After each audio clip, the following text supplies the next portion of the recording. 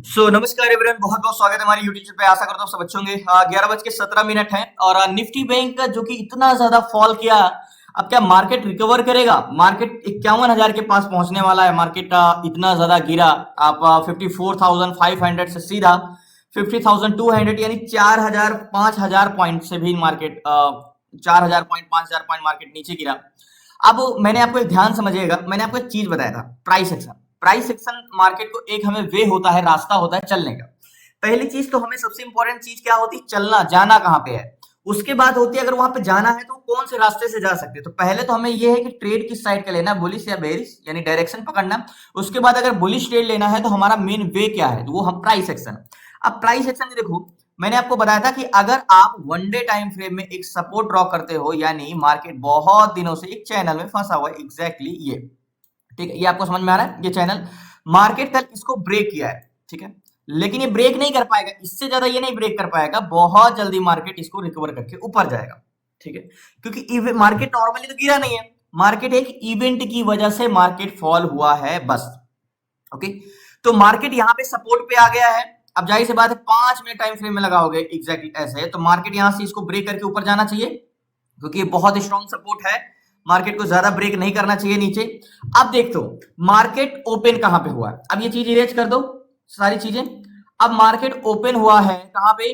9:15 बजे ये market open हुआ है, एग्जैक्टली ये 9:15 बजे मार्केट ओपन होके कहा गया है, ये हाई लगाया है, ये लो लगाया है। तो हमें हमेशा वे ट्रेंड पकड़ने के लिए हम प्रीवियस हाई पकड़ेंगे, कि मतलब मार्केट अभी इसको ब्रेक, मार्केट के देखो चार्ट देखिए क्या लग रहा है कि मार्केट इसको ब्रेक करना चाह रहा है बट ब्रेक नहीं कर पा रहा है। तो मार्केट में क्या है, हाई पॉइंट ये है, मार्केट इसको यानी 51,000 को ब्रेक नहीं कर पा रहा है। 51,000 को ब्रेक करेगा तो मार्केट में मूवमेंट अच्छा आएगा, ठीक है। अब मार्केट इसको ब्रेक करेगा, यानी सपोर्ट लेवल में भी है मार्केट, तो ब्रेक करने के चांसेस ज्यादा है। मतलब वे तो हमने पहचान लिया। अब ये जाना चाहता है ऊपर कि नहीं, ये कैसे पकड़ेंगे? तो सबसे पहले मैं आपको बताता हूं, दो लोगों को समझना होता है, सेलर और बायर, यही दो मार्केट में होते हैं। और मार्केट को सेंटिमेंट समझने के लिए हमें इनको ही समझना होता है। किसको किसको? सेलर और बायर को। तो सबसे पहले मैं आपको बताता हूं कि सेलर का सेंटिमेंट पकड़ो, क्योंकि सेलर मार्केट में दो टाइप के होते हैं, call seller and put seller. अब मार्केट में आज दिन कौन सा है? आज है ट्यूसडे। तो ट्यूसडे के दिन मार्केट में ट्रेड करना भी एक प्रॉब्लम ये है कि हम ज्यादा देर तक होल्ड नहीं कर सकते, क्योंकि हम एक्सपायरी के नजदीक हैं। कल मार्केट की एक्सपायरी है और कल तक हम ज्यादा होल्ड करेंगे तो हमारा टाइम वैल्यू भी घटेगा, क्योंकि मार्केट देखो, अगर देखोगे तो 10:35 से कंसोलिडेशन कर रहा है, अभी 11:20 है, यानी कहीं ना कहीं 1 घंटे से मार्केट, अगर हमने यहाँ पर ट्रेड लेके फंसे होते तो मार्केट में तो साइड बेस पे फंसे हैं, ठीक है। अब मार्केट में हम ज्यादा देर तक नहीं रुक सकते, लेकिन पहले उसके पहले हमें सेंटिमेंट समझना होगा। तो बैंक निफ्टी ऑप्शन चेन, क्योंकि ऑप्शन चेन हमारा क्या है, ये बताता है कि हमें जाना किस साइड का है। प्राइस एक्शन तो हमारा वे है। तो निफ्टी बैंक सबसे पहले कॉन्ट्रैक्ट किस साइड का ग्रीन है? कॉल साइड का, ओके। दूसरी चीज कॉल बायर, ये है, ये पुट बायर है, ये कॉल सेलर है, ये पुट सेलर। तो पहले सेलर का काम क्या होता है? सेलर का काम होता है मार्केट को ऊपर जाने से रोकना या नीचे जाने से रोकना, यानी प्रतिरोधक का काम करते हैं, ओके। तो पुट सेलर जो है 29,15,600 है, ठीक है, जो हम पुट को कॉल से डिवाइड करेंगे, यानी मार्केट क्या करते हैं, पुट सेलर जो होते हैं वो मार्केट को नीचे जाने से रोकते हैं, और कॉल सेलर जो होते हैं मार्केट को ऊपर जाने से रोकते हैं, यानी P divide by C equal to R। यानी मार्केट में हम जब रेशियो निकालेंगे तो 1 के ऊपर आता है तो मतलब पुट ज्यादा, यानी सपोर्ट मजबूत, और 1 के नीचे आता है तो मतलब C की संख्या ज्यादा है, यानी कॉल सेलर मजबूत, ओके।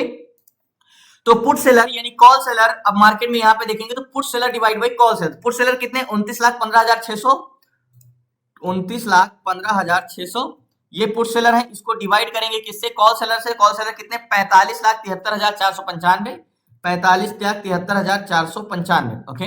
45,73,495 ये कॉल सेलर है और ये पुट सेलर है। तो यहां पे आपको किसकी संख्या बढ़ी हुई दिख रही है? तो यहां पे 45 लाख कॉल सेलर लग रहे हैं, पुट सेलर तो 29 लाख ही है। तो आपको लग रहा होगा कि रजिस्टर मजबूत है, लेकिन मैंने क्या बोला, इंडेक्स में अगर आपको ट्रेडिंग करना है, आपको प्रॉफिटेबल होना है, तो आपको डाटा चेंजेस ही पकड़ने होंगे। क्या दिखाई दे रहा है ये इंपॉर्टेंस करता ही नहीं है मार्केट में। हाँ, हमने जो क्लासेस में पढ़ा stock option chain, stock option chain easy होता है ट्रेड करना, उसमें आप किसी भी स्टॉक का ट्रेंड पकड़ सकते हो। तो यहां पे अगर कैलकुलेट करोगे तो 29 लाख पुट सेलर और 45 लाख कॉल सेलर, तो पीसीआर तो नेगेटिव है, यानी 0.63 का। तो पीसीआर जो हमारा आया है 0.63 का, यानी पीसीआर हमारा आया नेगेटिव। ओके, लेकिन मार्केट जब से ओपन हुआ है हमारा क्या मार्केट 0.50 रहता है, तब ऊपर नहीं जाता। लोग यूट्यूब पे बताते हैं, आपको क्लासेस में बताते हैं पीसीआर नेगेटिव होता है, नेगेटिव ट्रेड लो, पॉजिटिव होता है पॉजिटिव। मैं कहता हूं ऐसा कभी नहीं है। पीसीआर अगर 0.50 है तभी मार्केट ऊपर भाग जाएगा, और 1.40 है तभी मार्केट गिर जाएगा। मेन इंपॉर्टेंट होता है आज मार्केट में क्या हुआ है, कल क्या हो गया इससे कोई लेना देना नहीं, आज क्या हुआ ये इंपॉर्टेंस रखता है। तो 0.63 का पीसीआर है, और चेंजेस क्या हुए ये पकड़ना है। तो मार्केट में ऑप्शन में निफ्टी एंड बैंक निफ्टी, अब हमें मार्केट इतना देखो, अब हमें ये देखना है कि मार्केट इतना देर से कंसोलिडेशन किया है, तो इसके बीच में सेलर का क्या इंटेंशन रहा, ठीक है।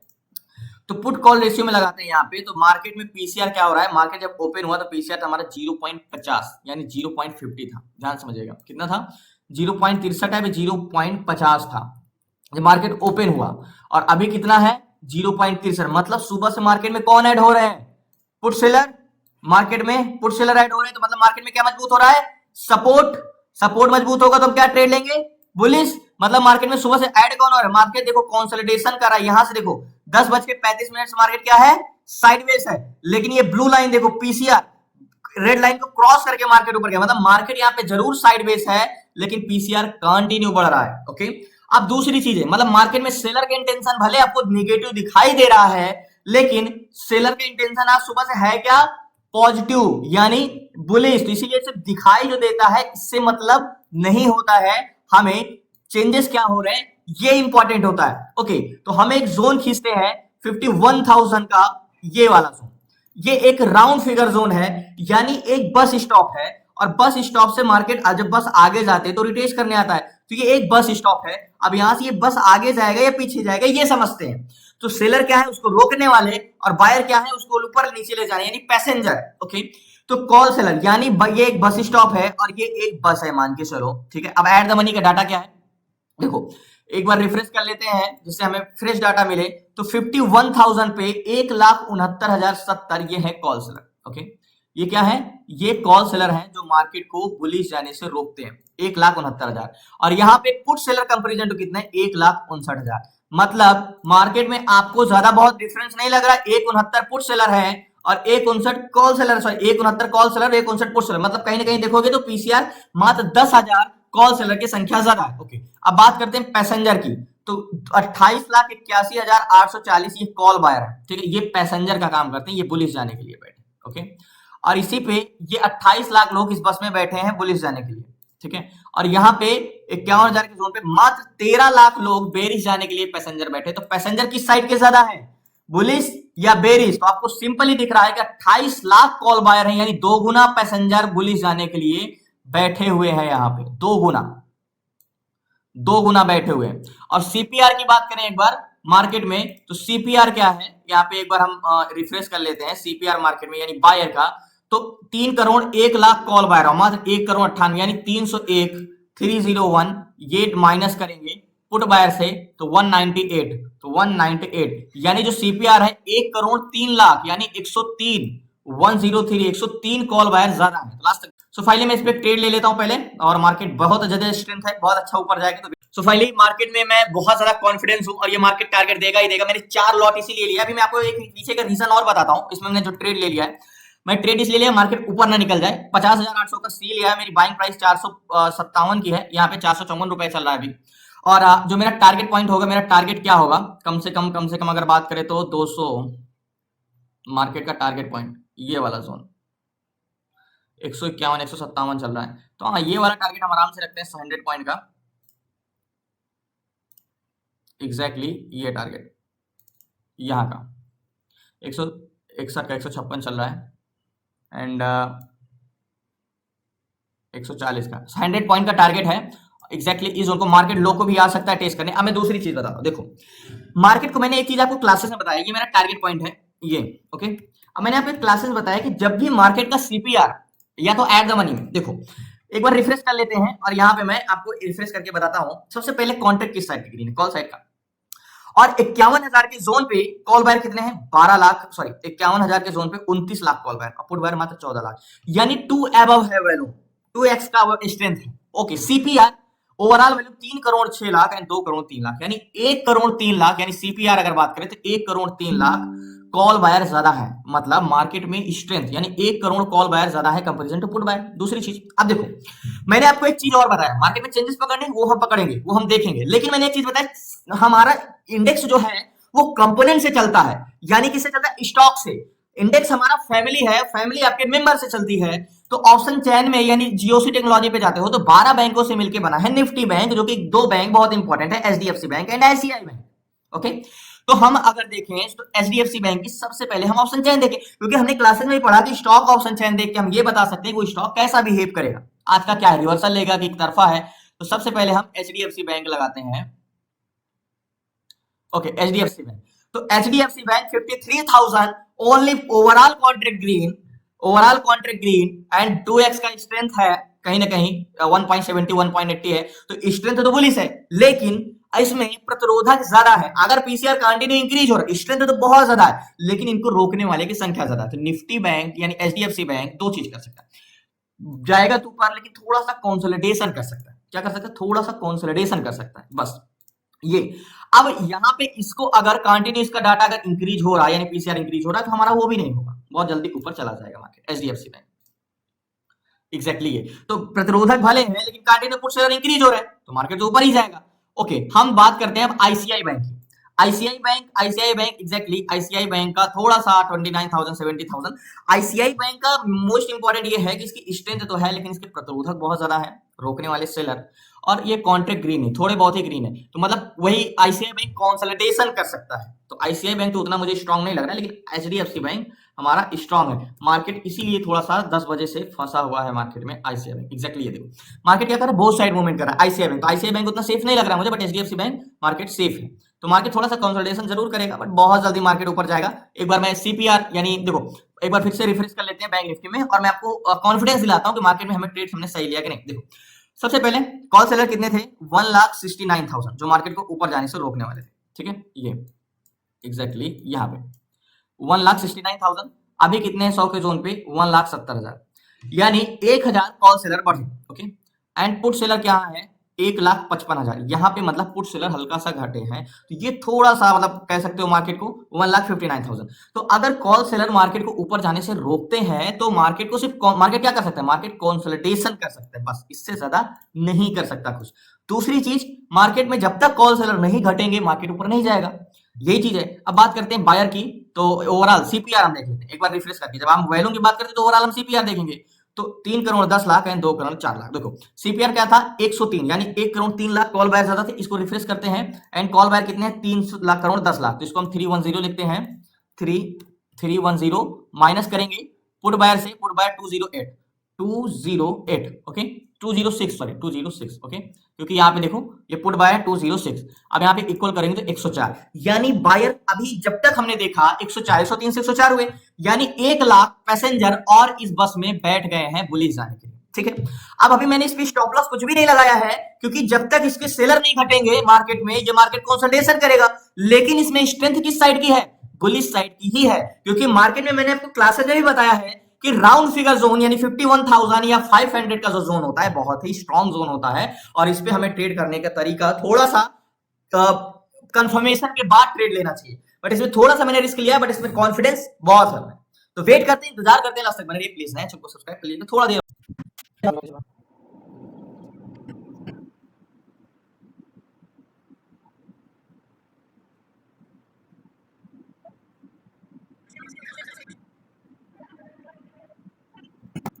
सो फाइनली एक बार और मैं आपको कॉन्फिडेंस दिला दूं, यानी डाटा, जब मैंने आपको बार बार एक चीज बोलता हूं कि चेंजेस पकड़ना है, हमें चेंजेस ही पकड़ना है। तो जो कॉल सेलर थे 1,70,000 थे, 1,70,000 एंड पुट सेलर 1,50,000, तो मार्केट में 5,000 पुट सेलर ऐड हो गए। और दूसरी चीज, एक बार सीपीआर की बात करें तो 3 करोड़ 14 लाख एंड 3 करोड़ 10 लाख, तो अभी सीपीआर यानी 104 थे, तो अभी भी 104 ही है, लेकिन जो यहाँ पे थोड़ा सा कॉल पुट सेलर 159 से 155 हो गए थे, अभी 160 हो गए, तो मतलब कहीं ना कहीं पुट सेलर ऐड हो गए हैं, और कॉल सेलर उतने के उतने ही। हल्का सा मार्केट में क्या बोला, बस अगर मैं आपको एक डेफिनेशन के तौर पे बताऊं तो बस में पैसेंजर भी हैं, बस जाने के लिए तैयार भी हैं, बस कमी किस चीज की है कि इस कॉल सेलर हल्का सा घट जाए, और ऑलरेडी पीसीआर बढ़ ही रहा है, तो जाहिर सी बात है जो हमने टारगेट लिया है 147 का है, 138 चल रहा है, तो जाहिर सी बात बहुत बड़ा टारगेट है, 100 पॉइंट का टारगेट है, बट जिस हिसाब से स्ट्रेंथ है उससे ज्यादा टारगेट नहीं है। लेकिन थोड़ा सा हमें देखने को पड़ सकता है, मार्केट लो को टेस्ट करने आ सकता है यहाँ तक, तो हमें ये सब चीजें ध्यान रखनी पड़ेगी। तो मार्केट लो को भी आ सकता है, तो वेट करते हैं।